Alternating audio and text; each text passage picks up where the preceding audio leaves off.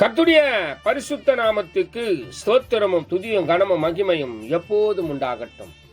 இந்த நல்ல நாளை காண செய்த தேவாதி தேவனுக்கு கொடான கோடி ஸ்தோத்திரம்.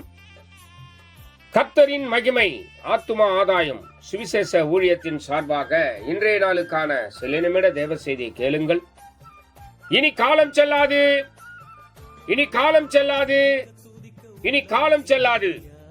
என் ஆண்டவராய் இயேசு கிறிஸ்து வரப்போகிறார். ஆயத்தமாயிருங்கள், ஆயத்தமாயிருங்கள்.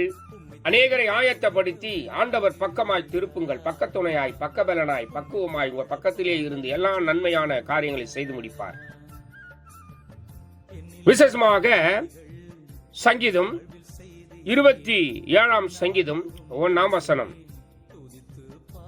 கர்த்தர் என் வெளிச்சமும் என் ரட்சிப்புமானவர், யாருக்கு பயப்படுவேன்?